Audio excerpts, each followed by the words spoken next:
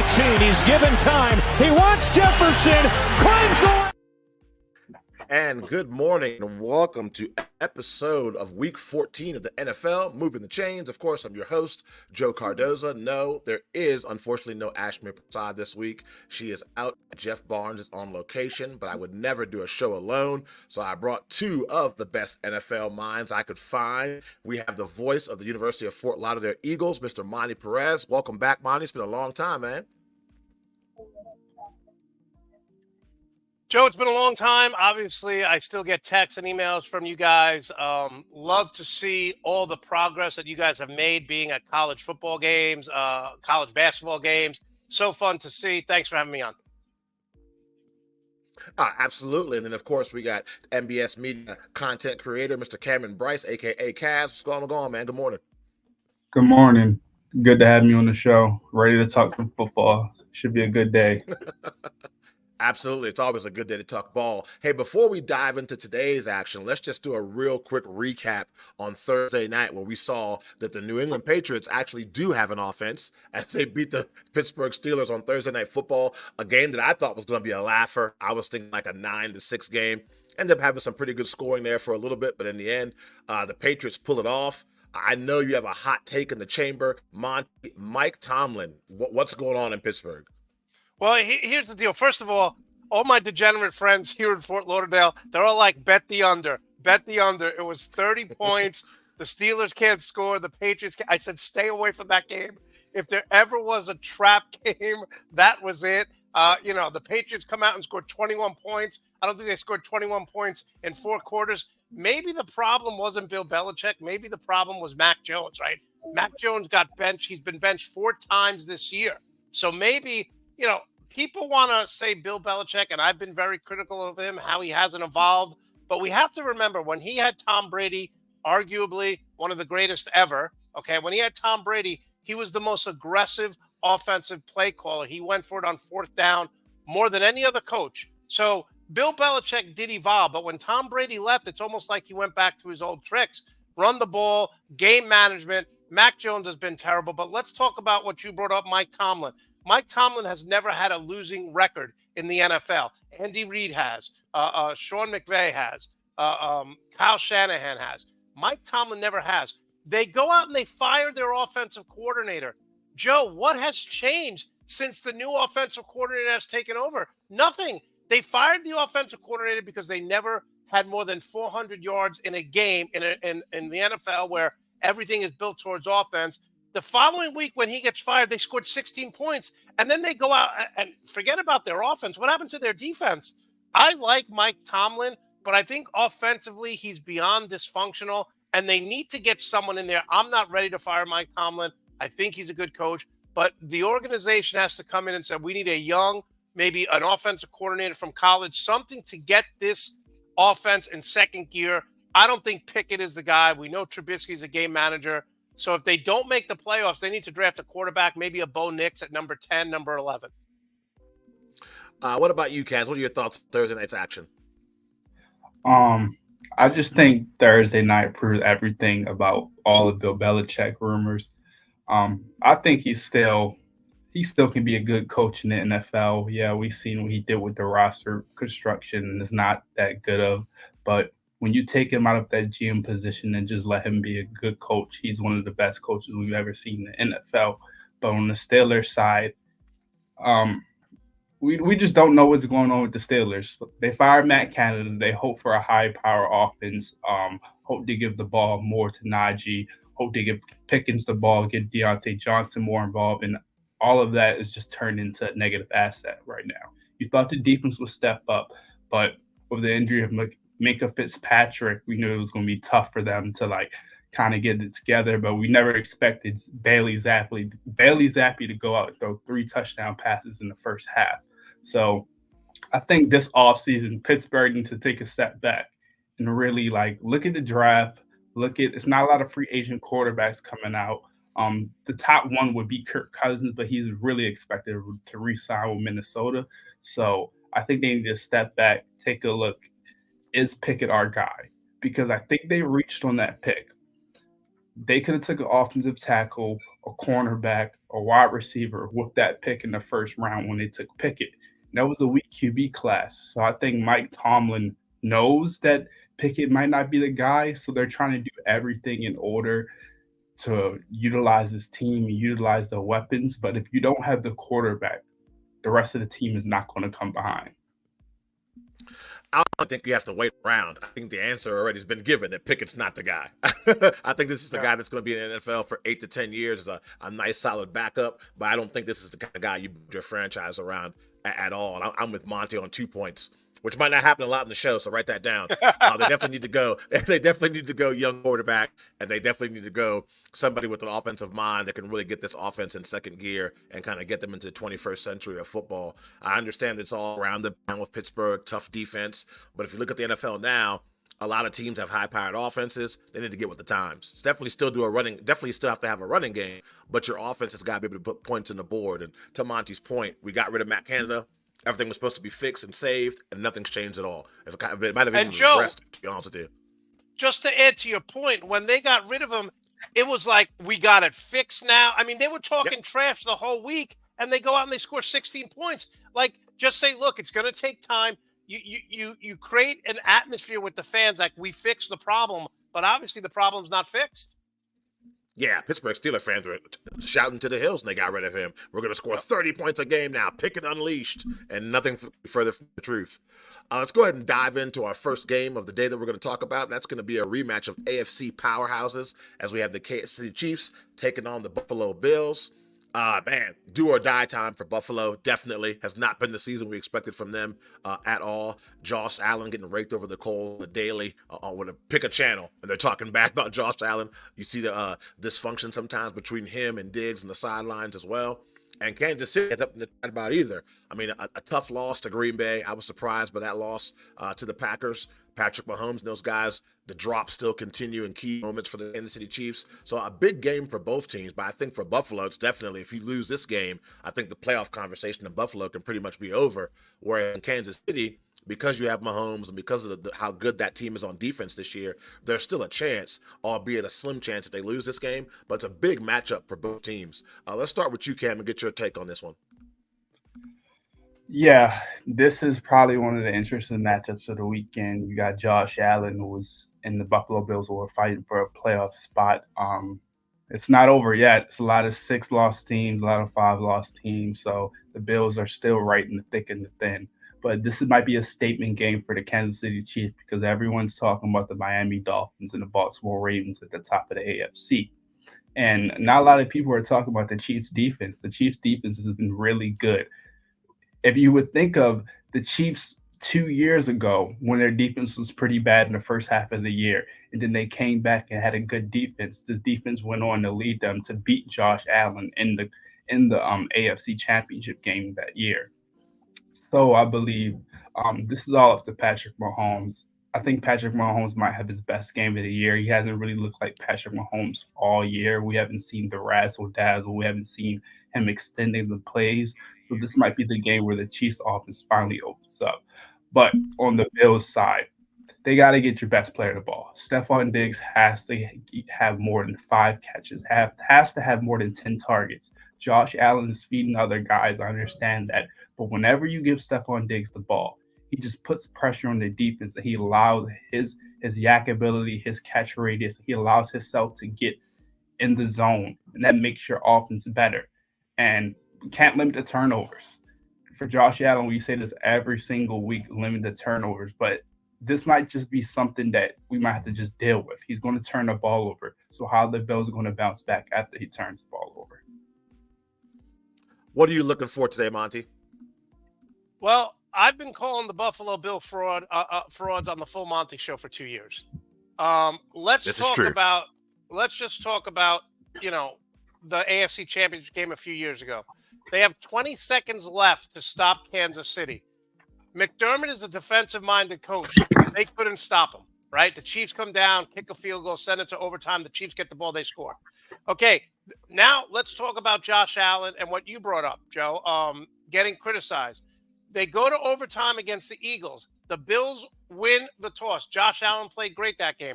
There's a miscommunication between him and his wide receiver at the end. They get a field goal. Philadelphia comes down and probably the easiest drive they ever had in overtime. Forget about the offense and Josh Allen and Diggs. They're dynamic when they're clicking.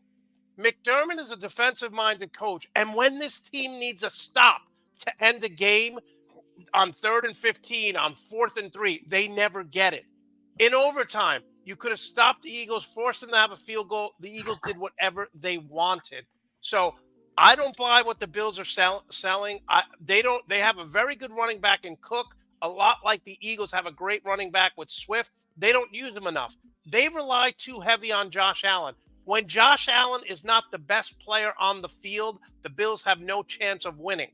So I look at this game as this is the nail in the coffin for Buffalo. Listen, Kansas City's offense, they are struggling. I don't understand. We talk about the Bills, Josh Allen. What do? They go out and they get Stephon Diggs. Justin Herbert goes to a situation. His coach is dysfunctional, but he has a plethora of talent. Joe Burrow, although he's injured, they go out and they get Jamar Chase. Why did the Chiefs just say, hey, we don't need an elite wide receiver?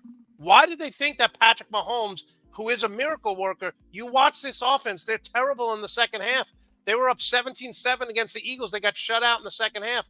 They can't move. They have no one to throw it deep. Rice is a deep threat, but they don't use him all the time. So many drops for the Kansas City wide receivers. It's basically Travis Kelce. Pacheco's out today. But I like the Chiefs to win this game just because I'll say it again. The Buffalo Bills are frauds. Could not agree with you more on that. And then, of course, one of the Joe, what the hell's going on here? We're agreeing on everything. It's early. We're only like 10 minutes in, man. Just wait a little bit. The angriest man in the NFL, Isaiah Pacheco, not playing today is a big thing for the Chiefs as well. The Bills are definitely frauds, and this is a put up or shut up. And if they lose this game and don't make the playoffs, if they end up not making the playoffs, some major changes are going to happen in Buffalo. Do you get a brand new head coach? I don't know about that.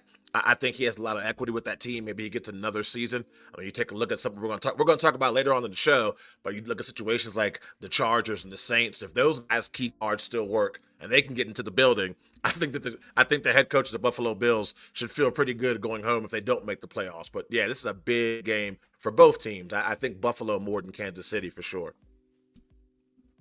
Look at our second matchup we want to do a deep dive on this week. We want to talk about part 2 of this NFC East battle, and that's the Philadelphia Eagles, fresh off that embarrassing home loss against the 49ers, traveling to Dallas, taking on the red-hot Dak Prescott and the Dallas Cowboys. This game is big for a bunch of reasons, obviously playoff implications, but I think if you're Dallas, besides being in a playoff game, this is a chance to finally show people and yourselves that you can win a big-time football game when it matters. All the time when you see Dallas get these big matchups, all this hype, all this talk, they lay an egg. Think about when they went to San Francisco. We're going to show everybody we're the kings of the NFC. You got punched in the mouth. Every time they have an opportunity to show people they're not the same old Cowboys, they fumble the bag. So here you are at home. Your quarterback's probably playing the best football he's played in his career. Your defense is still elite. And the Eagles are wounded after that 49ers game. I think they have something to prove as well. It's going to be a really, really good game, but I think the pressure is on Dallas to prove to everybody that they're actually a legit team and just a field story. We'll swing it to Monty, then we'll go to you, Kaz. Yeah, I mean, certain things that are working against Philadelphia here. Full disclosure, I had the Eagles going to the Super Bowl. They got manhandled by San Francisco, but there are certain things that are working against them. Number one, teams are something like 2-25 over the last 27 games who have played San Francisco the week before. The reason is San Francisco physically beats the hell out of you, and it takes 2 weeks to recover. I mean, think about that stat. Teams who play San Francisco don't win the following week. Second thing, Dak Prescott, believe it or not, is playing like an MVP candidate. I don't say that lightly because I don't think he's an elite quarterback, but he's doing everything right for these Cowboys. Now, look, the Cowboys have beaten up on some bad teams, right? They beat up on the Jets. They beat up on the Giants. They own the Giants. And Dallas is also 14-0 in their last 14 home games. But after a loss, this may have been exactly what the Eagles needed. Get humbled, focus in on practice. George Kittle said after they lost before the bye week, this is going to be a hell of a bye week because we've lost 3 in a row, I think San Francisco at the time, and they had to focus. The Eagles are playing their division rivals coming off a loss. I look at Andy Reid and the Chiefs coming off a loss. I look at Bill Belichick when he had Tom Brady coming off a loss. And now the Eagles coming off a loss. They should be super focused. There's no reason to get up. I think the Dallas Cowboys are the Green Bay Packers with Aaron Rodgers. They are a great regular season team. But, Joe, when was the last time the Cowboys won a big game? Since Troy Aikman. Let's be honest. Wow, what a statement. But I don't think you're wrong. What about you, Kaz? What are you looking for this Eagles versus Cowboys matchup? I'm looking forward to seeing how the high-powered Dallas offense attacks this weak Eagles secondary. We've seen this Eagles secondary be the negative part about this team all year. Darius Slay hasn't looked how he is. James Bradbury hasn't looked like he is. So I expected Dallas to come out firing high power, but at the end of the day, this is the matchup, like you said, Joe, where Dallas lays the egg. I just don't think Dallas right now is a better team than Philadelphia. And especially last week, the Eagles aren't going to lose back-to-backs against top teams in the NFC that are chasing for a playoff spot and chasing for a Super Bowl. I think this is a statement game for Jalen Hurts to get back with his teammates. I think it's a statement game for that defense to finally get back and show the Cowboys, like, this is our division. But for Dallas, I think this is more of a coaching game. Mike McCarthy has to outcoach Nick Sirianni. He has to outcoach him. He has to be that coach that Dallas brought him in to keep push them over their hedge. So the only way for Dallas to win this game is that the defense has to step up. Micah Parsons has to have one of those games where he has a defensive player type game. And if you stop Jalen Hurts, who is hurt right now, as we can tell with that knee injury, he's still lingering that knee injury, and it's going to be all season for him. So Dak Prescott has to come out and outduel him and limit the turnovers and feed CeeDee Lamb the ball.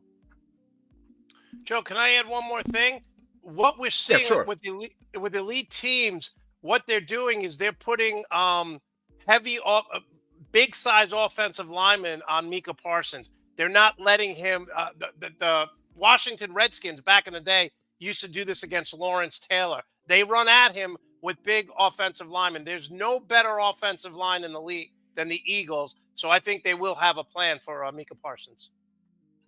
Yeah, and I think this is going to be a big game. And if Dallas was to somehow lose this game, oh man, it's going to be a long week for not just for their fans, but for people within the organization. And then, of course, also too, a lot of other implications as far as the NFC. Because I mean, don't look now. 49ers take care of business against a beat up Seattle team. They can somehow sneak in there and be in contention for that number one NFC spot. So this is a big game on so many different fronts. It's going to be fun to watch for sure.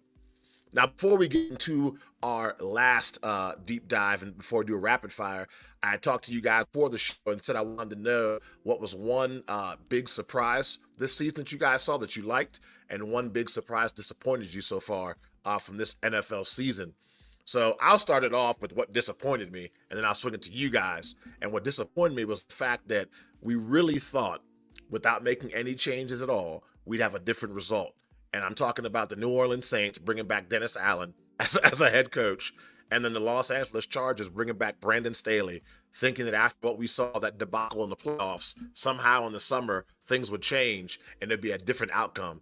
Just really disappointed by those two franchises. Those are teams that have a lot of talent. I mean, take a look at that Saints roster. Olave on the outside. You got Kamara. You still got a little bit of gas in the tank with Graham. Derek Carr is Derek Carr, but he can get the job done if he needs to. You had a healthy Michael Thomas. The defense is where it needs to be, and they just can't get out of their own way. They're not explosive at all on offense at all. They'll make a big play on defense and get a turnover, and instead of making it a touchdown, it ends up being a field goal. You have, in my opinion, a potential generational talent at quarterback in Justin Herbert with the Chargers. Keenan Allen, you got Eckler. I mean, you'd think this team would be high-flying, and they just find a way every single game to lose it in the end or get blown out. So I just think for those two franchises to come into this season and think things are going to be different, that's my biggest disappointment of the season so far. Let's go with you, Cass, first.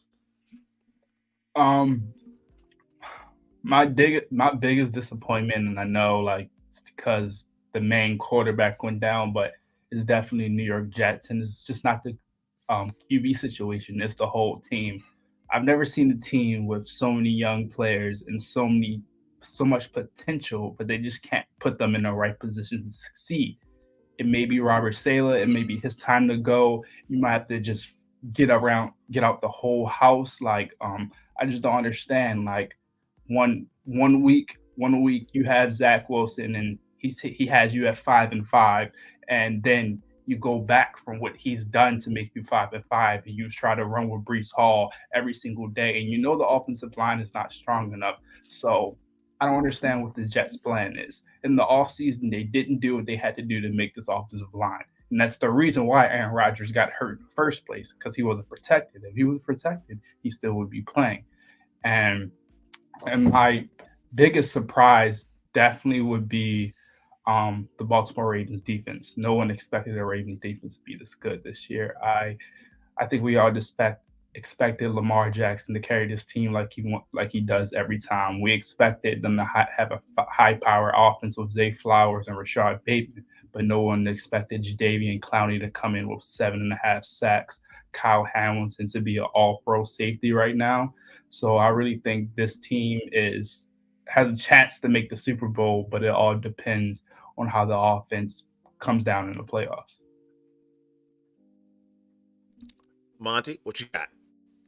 Okay, so just for disappointing, first of all, Joe, to go to your point, 3 games into Brandon Staley's coaching career, I said on my show, this guy needs to be fired. Everyone thought I was crazy. I'm like, he's a defensive-minded coach who can't defend, right? And to your point about Dennis Allen, 23-53 as a head coach, absolutely pathetic. But my biggest disappointment this year is not so much teams. 5 minutes into the game, Aaron Rodgers goes out probably for the year. Joe Burrow out for the year. Kirk Cousins out for the year. Justin Jefferson missing.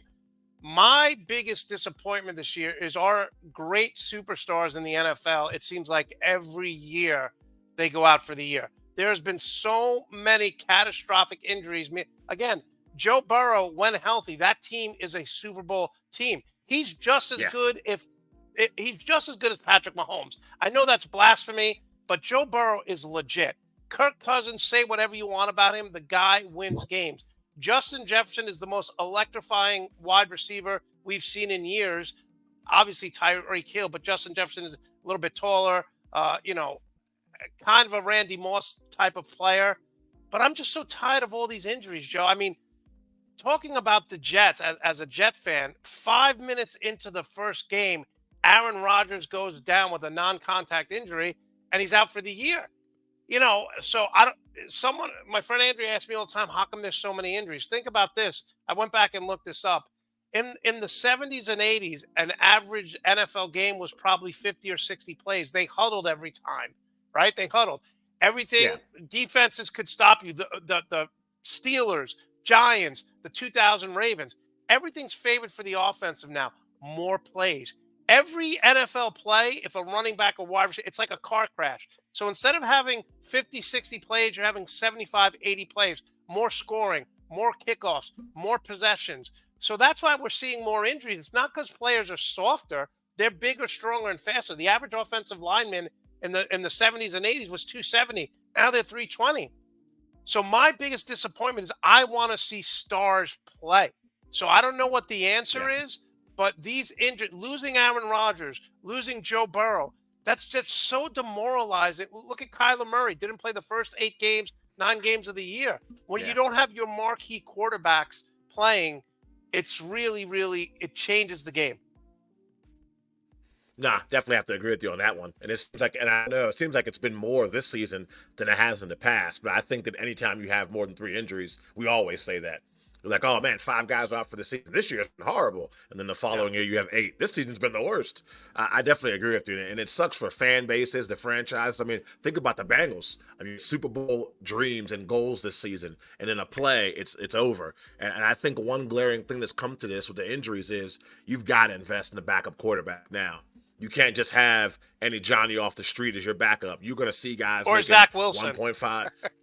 Yeah. You're going to have guys making $1.5, $2 million to hold a clipboard, but in case somebody gets hurt, your season's not lost. I mean, that's just a ripple effect for your whole team, from your offensive linemen to your defensive guys to think, hey, we have a chance to win the division.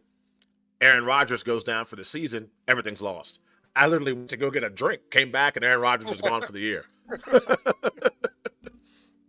You don't I'm want that laughing happening. now. You can't I have was that. crying when it happened, but I'm laughing now. Oh, I bet you were. I mean, look at the Giants. What's the kid's name? He's like fresh out off his high school senior football team. Oh, yeah. He's a starting Tommy quarterback. Cutlets. That's not what I don't think they had that in their plans when the season started. You got to invest in a quality backup quarterback for sure. And when you get one, you got to hold on to him. And yeah, I don't have an answer for all their injuries either myself. I mean, part of me says make all the fields grass, but that's not going to really stop anything if you really think about it, because we've seen catastrophic injuries on grass fields as well. Our last deep dive game is a game that you and Cash chose. Great choice as well. It is the Denver Broncos traveling to take on those Los Angeles Chargers we just talked about. Still got some playoff implications here. I mean, both these teams are still, quote unquote, in the hunt to make the playoffs. I think Sean Payton's done a great job in Denver of getting that franchise turned around, being competitive. I think that everybody thought that Russell Wilson was on his way to the retirement home. We've seen flashes that he still has some gas left in the tank and still has the ability to make some plays. Courtland Sutton's becoming one of the best receivers in the league as far as making big clutch catches and passes. And then I also think with the Chargers, I mean, they're the Chargers. You can't give them too much praise because you know at some point they'll figure out a way to disappoint you, whether it be a fumble or going for it on 4th and 5 on his own 20-yard line and getting mad at somebody for asking a question in the press conference. I'll start with you, Cass. What are you looking for this game? I'm just looking forward to see which team scores the most points. I really honestly don't want this to be the 10-3 type game. I don't want this to be the game where Javonte Williams has 25 carries for 65 yards or something like that. I want to see Russell Wilson get the ball to Jerry Jeudy, Courtland Sutton, Noah Fant. I want to see Herbert expand his arm outside the numbers, throw it to Keenan Allen, give to Gerald Everett, have Joshua Kelly out in the backfield. I just want this Chargers offense to finally wake up, because both teams are fighting for trying to stay in the playoffs. And I think whichever team loses, they'll know like this is the end of our season. But for the Chargers, they got to change it up. The offense has to change it up. Either this bitch Austin Eckler start Joshua Kelly or do something else, because I just think Eckler's on his way out. We haven't seen the speed, the aggression, the cuts, hitting the gaps. I just believe Austin Eckler is just way past his prime, and we need to move on for him, because he's not explosive, he's not fast, and these 25-6. Think about this. Last week, he had about 16 or 17 carries for about 18 or 19 yards. Like, at some point, you have to change it up. And we know Austin Eckler is a good red zone threat. Yeah, that's good. But you don't have to use him at the 25 when you have Joshua Kelly, who's a running back under the age of 26, who has ran a 4.45 in college and who's fast and can carry the ball. And you also, and I like how they're also using Justin Herbert's legs to get better, but I think it's just too late. They're starting to figure things out too late. And with this deep into the season, this is probably a do or die game.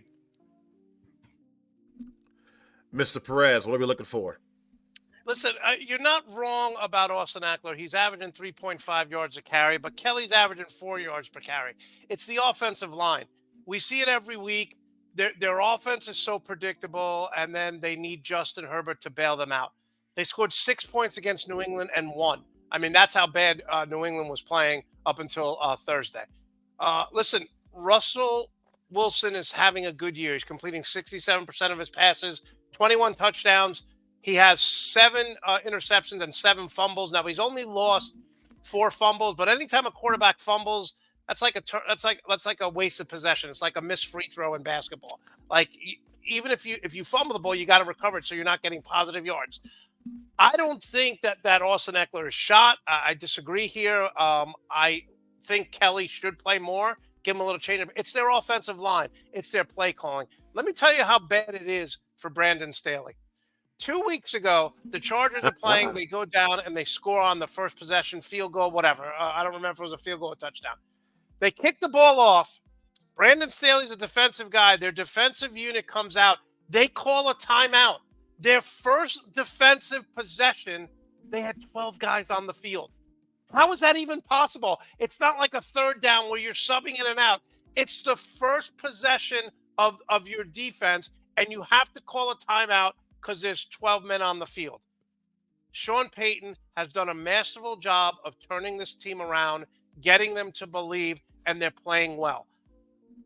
I said it early on. I said Brandon Staley, after the third game of his career, this guy's incompetent. He should be fired on the Full Monty Sports Show. Our good friend Brad Ward said, Monty, he's 3 games in. You're overreacting. I was underreacting. They should have kicked him out of the league. This guy is terrible. Again, Sean Payton is an offensive coach. He straightened out Russell Wilson. Brandon Staley's a defensive coach. Over the last 3 years, they're in the bottom category, and they spent the most money of any team in the AFC on their defense, and they're in the bottom 3 categories on getting teams off on third down, on penalties, stupid penalties too, like I said, 12 men on the field, on big plays. This team never looks like they know what they're doing, and they have Bosa, they have Mack, they have playmakers on defense. I think whether Denver wins today or not is not the answer. Brandon Staley has got to go. Bring in Harbaugh. I know Joe doesn't want to hear that from a Michigan guy. Whoa, wait a minute. Bring in Harbaugh, and let's turn this franchise around, because all Harbaugh does is win wherever he goes. Well, I mean, that part you got correct, but he's not going anywhere. He's about to sign a huge extension with Michigan. He's not going anywhere. Why does he need that drama? Why does he need that drama? Go out on a high. He's beaten Ohio State now. He's been to the Final Four. What do you need to stay at Michigan for? Go back to the NFL, to the Chargers. Some say he's going to the Bears, but the Bears, the cupboard is pretty bare. But he's from there. I mean, he's free play. Yeah, I wouldn't. Joe, if he goes anywhere, I would not go. Joe doesn't want him to go. No, I don't, but I wouldn't want him to go to Chicago either, because like you said, the Bears, what are they offering you? Like, besides high draft picks and a couple seasons of headaches, at least with the Chargers, like I said, a guy that's potential to be a generational quarterback. I don't see any slowdown from Keenan Allen. You got great players on defense. You got that young receiver from TCU that plays for them too, that has a couple cases of the drops, but that's a guy that's going to improve. So, I mean, the Chargers, if you're going to go anywhere, I guess I could see that, but we like him in Michigan. By the way, Joe, he's only coaching one more game this year, so I mean, he could get the job within the next. He could get the job January 2nd, because they're going to lose to Alabama. Because they're going to lose to Alabama. That's my point. Well, it was a bad look when they announced Alabama would be Michigan's opponent. All the groaning and the gotta have confidence in yourself, man. I was so angry about that, dude. Somebody should have punched the table and been like, "Hell yeah, we want Alabama." You don't get. I would have been like, "Let's go, yeah." Yeah, I heard you could hear it. Oh no! What do you mean no? Man, strap it up. Let's go, man. Play some football. Disappointing time right there for Michigan. It should ban that video. That's funny. Now it's time for one of my favorite parts of the show, which is the rapid fire, where we're going to pick and choose each and every NFL game, and we'll go ahead and get that thing started here. So, real quick, it's 2 seconds to kind of see what your pick is. We're going to start it off with Buccaneers at Falcons. I'm going to go with the Falcons. And just shout out your picks, guys. We got Mr. Greg at home keeping track. I will not ever bet for Arthur Smith. I think he coaches like he's coaching Army. He wants to run the ball 900 times a game. I am not taking the Falcons no matter what. Oh, you're on mute. I'm going to take the Falcons on this one. All right, two for Falcons, and we got Monty, who wants Arthur Smith to come to 2023 and not 1923. Got it. We got the Rams at the Baltimore Ravens. I think the Ravens clean up at home. I know there was a little bit of worry. I think a little bit of illness for Lamar Jackson sat out of practice, but I think the Baltimore Ravens win this game handily. I don't think it's going to be handily. The Rams have found something the last couple of weeks on offense. They're playing much better, but I just think, you know, like you guys mentioned earlier, that Ravens defense is scary. I'm taking the Ravens, but I think it's going to be close. Yeah, I'll take with the Ravens on this one. I just think the Rams are going to try to run the ball, and that's what the Ravens do. They're really a good run defense team, and they're not going to let Kyron Williams beat them. So unanimous, we all go Baltimore. Okay, let's see how that works out. We got the Detroit Lions taking on the Chicago Bears in the NFC North battle. I don't know. This Lions team was flying high, a couple stumbles. I think this is a get-right game against a perfect team, the Bears, who just seem like they just roll their helmets out on the field and hope for the best. So I'm going to go Detroit in this game. Yeah, I'm going Detroit. I do think that the Bears could score here.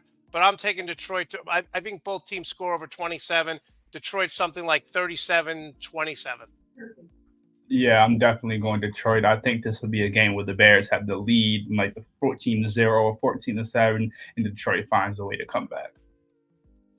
All right, next up, one of the hottest teams in the league. I didn't see this coming. You have the Indianapolis Colts taking on the Cincinnati Bengals.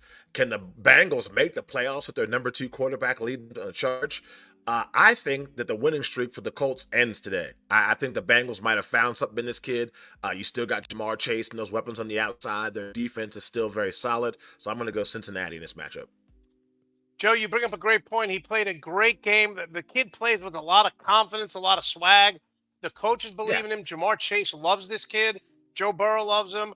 But I think Indianapolis is one of these sleeper teams, and I think they find a way. I think Jonathan Taylor he's out today, but they do have a capable backup. So I'm going with the Colts. I don't know if it's an upset or not, but I'm taking the Colts. I'm definitely going with the Bengals. I think they just ride the hot hand. I think they just keep beating Jamar Chase, and Jamar Chase has another big day. All right, cool. We got a hobble Trevor Lawrence that was announced during the show that he is going to start today. So you have the Jacksonville Jaguars going up against the Cleveland Browns, who I don't even know who's starting. Is it Joe Flacco again for the Cleveland Browns today? I'm going to go Jacksonville. I think even with hobble Trevor Lawrence, they get it done. Obviously, rely heavy on the run game, so Lawrence has to drop back 35 times. Let your defense create turnovers against a quarterback that was sitting on the couch a couple of weeks ago. So I'm going to go Duval. Interesting dynamic here. If Houston wasn't as good or as Indianapolis wasn't as good, they might have sat Herbert here. But now after that loss on Thursday, the division, which we all thought they'd run away with in a bad division, Houston and the Colts are a lot better than we all thought. I do think they win here, but if I'm Jacksonville, you got to think long-term. I don't know if I would start Trevor Lawrence here. That injury looked awful. You could see he was slamming down. And can we just, other broadcasters have said this, why did they make Trevor Lawrence walk the entire way? They don't have a cart in Jacksonville? The guy's walking like 2 football fields to get to, what are we doing here? Do they not have it in the budget? It's Florida. I thought you guys had a golf cart per person. Obviously, Jacksonville doesn't have it. I'm going to definitely go Jacksonville with this one. I think Trevor Lawrence is actually fine. I think it was just a little sprain here and there, but you got to realize he is 6 foot, 220 type of guy. So his injuries here held different than other people. And like you said, he's on a playoff chance. He's on a division hunt. So they need him to keep him as much as you want. You need this win. If you can sit him out next week, that's good. But this is the win that you need to maintain ground in the AFC South. Now, the matchup that might be as painful as a weekend with your in-laws, you have the Carolina Panthers going up against the New Orleans Saints. I don't even know, man. Two bad franchises that I don't think have any idea what direction they want to go. But I think that when you look at the rosters from top to bottom, New Orleans has a little bit more talent. I want to go Saints in this matchup.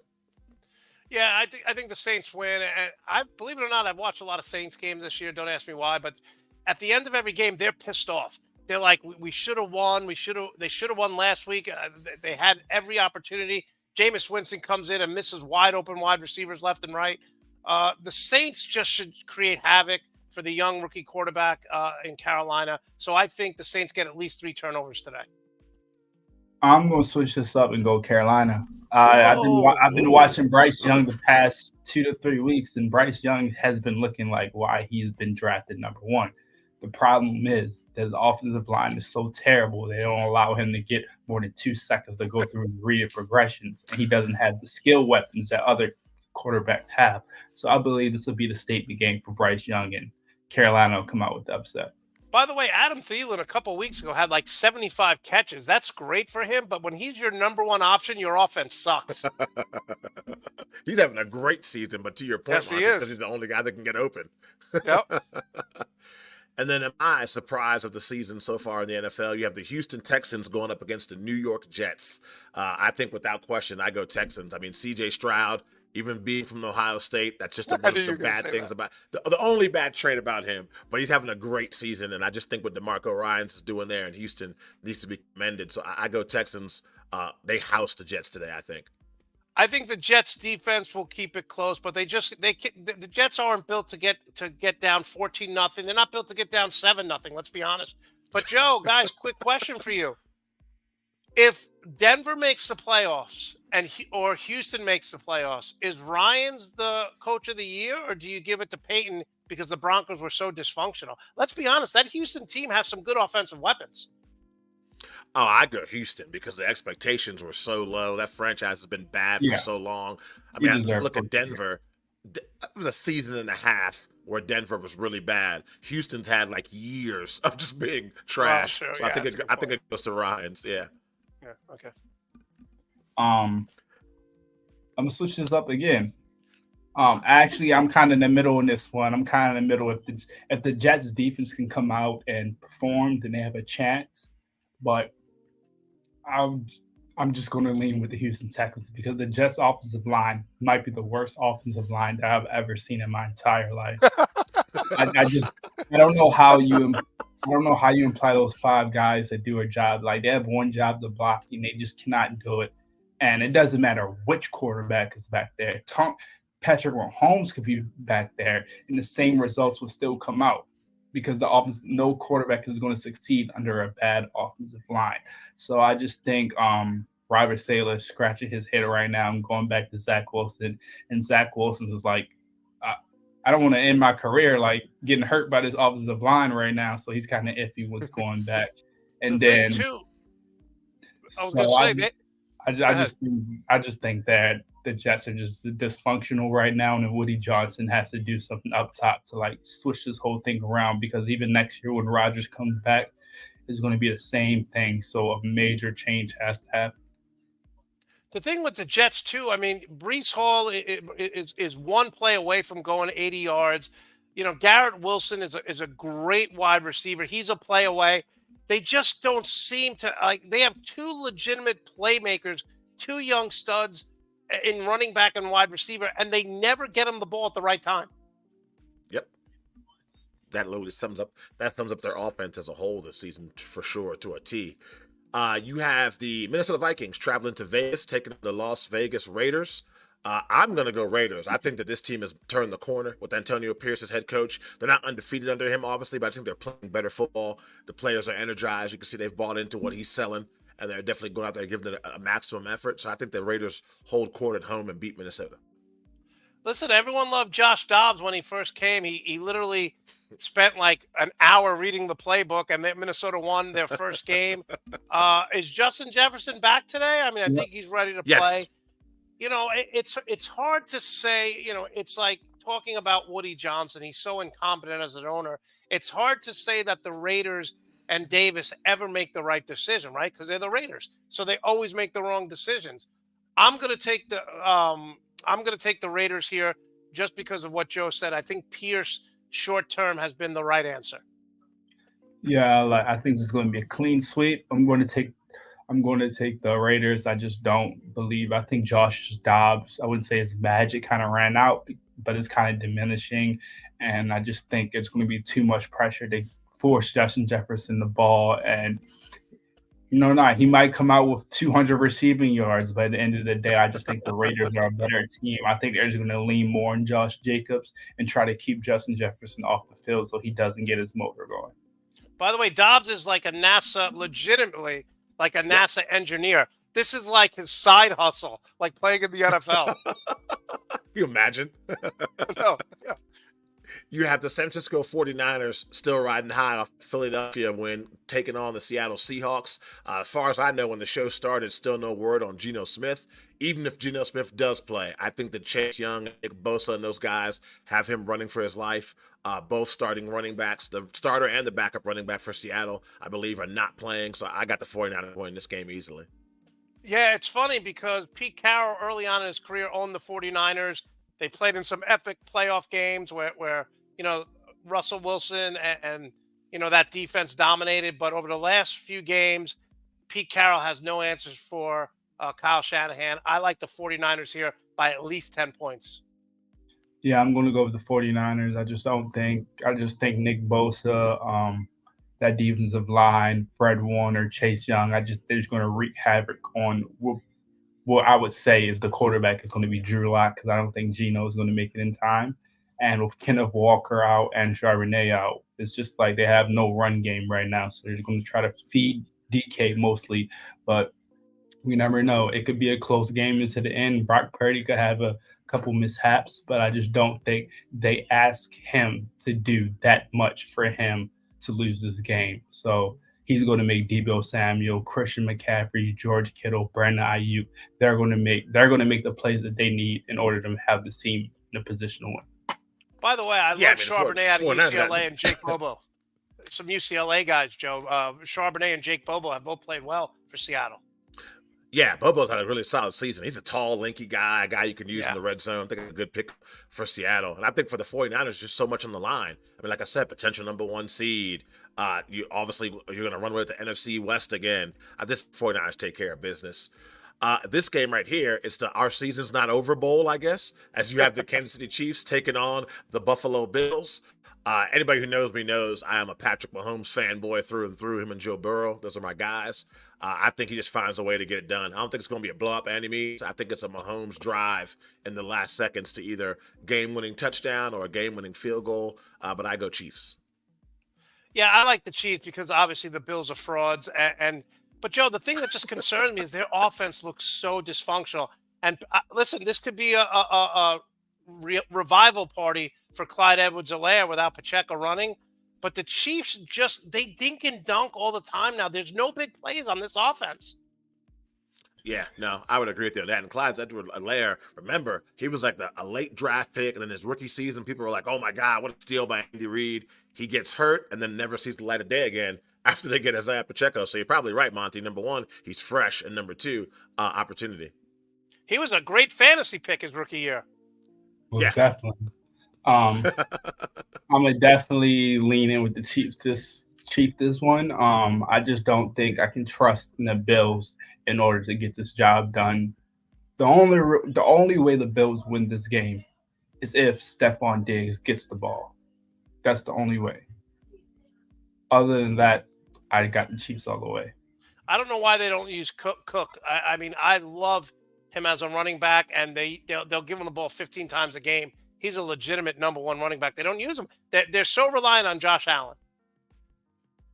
Yeah, it doesn't make sense. And then he makes bonehead plays, and people wonder why. He had the pressure of the entire offense on his shoulders. No wonder he's making stupid plays and trying to throw balls in tight windows. It kind of makes sense to me a little bit. Big matchup, Sunday Night Football. We have the Philadelphia Eagles, Dallas Cowboys. I think we already know where I'm going, so we'll go to Monty and Cass. I'm not picking Dallas. I'm taking Jalen Hurts to have a bounce-back game. Again, the Cowboys are the Aaron Rodgers Green Bay Packers. They win meaningless games. They have great regular season. But does anyone have confidence that Dallas is a legitimate Super Bowl team? No. Yeah, I'm definitely going to lean on the Eagles. Like I said before, I just think this is a bounce-back game for the Eagles and the defense to finally find their motor and get some type of consistency going into the playoffs. I just don't believe in Dallas. Until Dallas proves me otherwise, until they beat the Eagles, I'm going to keep riding with the Eagles. Joe, let me add this too. The Eagles have a new offensive coordinator and defensive coordinator. People don't realize how important that is. One of the reasons why I think the Chiefs are struggling is because they have Matt Nagy instead of your guy in Washington. Has he done a good job as an offensive coordinator? I mean, is Eric Bieniemy in line to be the head coach there? Because the Eagles have struggled because they have they have an offensive coordinator and a defensive coordinator that are brand new. So how important was Bieniemy to the Chiefs going back to that game? Because, I think he's made Howell into a serviceable quarterback. Yeah, he has.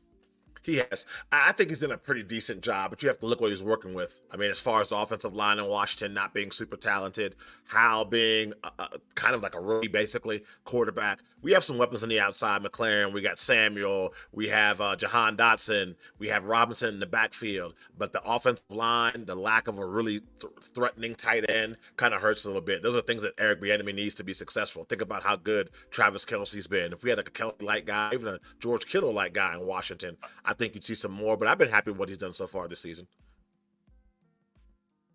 Yeah, coordinators are important, man. They really are. Oh, yeah, for sure. So before we wrap up here, just want to toss it around, see if you guys have any last week 14 tidbits you want to add before we let you guys tell everybody where they can follow you on social and find your work. Anybody have any last NFL week 14 tidbits of information or things to look out for they want to share? Yeah, one of the things I'm at like on my show, I'm at like 71.5% picking NFL games. And one of the things I always try to tell people do, if you just want to break it down simply, and this is why I'm so confused about the Denver Charger game, because I look at who has a better coach quarterback combination, right? So if you look at Denver, I think we would all take Justin Herbert over Russell Wilson. But you look at the coaching matchup, Sean Payton is 1,000 times better than Brandon Staley. So that's what I look for. So I'm going to go with the Broncos here just because I think the Chargers have more talent. And I think Justin Herbert, if we're starting a franchise, we would take him over. But I think Payton does a number on Brandon Staley, and look for the Denver Broncos to put up a lot of points on that Fugazi defense. I like it, Fugazi. Kaz, any tidbits or things to look out for this week 14?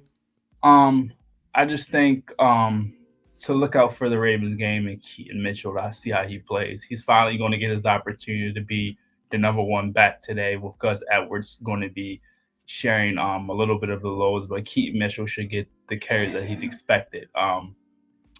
Everyone expected this team to be high power with J.K. Dobbins, but now Keaton Mitchell's back, and he looks better than Dobbins ever was in his career. So I just think that should be a very good game that a lot of people are sleeping on, with the Rams offense finally coming back and with that defense playing at a level that you know it can play. Even though it's going to be in the rain, it should be one of the best games of the day. And then we'll just stick with you, Kath. Let everybody know where they can find your work, where they can follow you on social. Well, you can find my work at Kaz TV on YouTube. You can search me up at Kaz Knows Balls on Twitter. All of that. I post weekly baseball news, mostly NFL news, and then NBA season is going to start getting in. So you should hear more about me in the NBA season. And then Monty, the man of 1,000 side hustles and jobs. Let the people know. Yes, have pencil and paper handy, people. It's a lot to write down. Okay, so I am now, they hired me as the sports information director at the University of Fort Lauderdale. I do all their social media stuff, creating thumbnails, banners, and now I am the voice of the Fort Lauderdale Eagles. I announced my first women's basketball game last week. Tomorrow at 7 p.m., I'll be announcing the men's basketball game on YouTube, and then I will also be doing the baseball and softball. You can follow me on social media, not really on Twitter much anymore, but on TikTok, Monter Perez 231, and on Facebook Reels, Monter Perez. And finally, my YouTube channel started it about 6 months ago. We just got our 500 subscriber. We're at 380,000 views. I do YouTube shorts every day, about 45-second minute sports commentary. I'll be doing a thing on the Lakers, and congratulations to them winning the in-season tournament. I know people don't like it, but I thought the in-season tournament was amazing. So just follow my YouTube channel, the Full Monty Sports Show channel. Awesome, man. Congratulations. Yeah, I got a chance to watch I watched the entire first half of that women's game. I'd never seen a basketball game where the referees just keep their whistle in their pocket. I mean, people are getting slammed, hacked. I don't have no affiliation with this school at all. I'm like, why are you standing up in your apartment screaming foul, foul at 4:00 in the afternoon? But it was just so funny. Joe's Joe's texting me, what's up with that? And Joe, we lost the game in overtime because the ref called a phantom foul with 2 seconds left at half court. Johnson University dribbling. Our girl slightly bumped her with 2 seconds. It was, and I said on the broadcast, I go, how can you call it one way and then the whole second half they called every foul? It was one of the worst. Refs always suck. It was one of the worst officiated games I've ever seen. Yeah, I'd never seen. I saw one girl drive to the basket, get whacked across the head, and the referee was already heading back down the court. Not even a thought of a whistle. I think they had another game at 9 o'clock that they had a ref, so they just wanted to get it over with. It was wild. It was wild. But I definitely want to thank you guys both for hopping on and being along the ride with me for week 14. Definitely appreciate it. And we'll have you guys on sooner rather than later. Of course, you can find all Team NBS Media stuff on our website, teammbsmedia.com. Don't forget to like and subscribe to our YouTube channels. We're trying to do our own thing and build this thing out as well. You can follow me on all social media platforms. Just look up Joe Cardoso 301. Cardoso, Cardoso. And for Monty, for Kaz, I want to thank you guys for watching Moving the Chains, and we'll catch you guys next week and enjoy the shows and enjoy the games as well.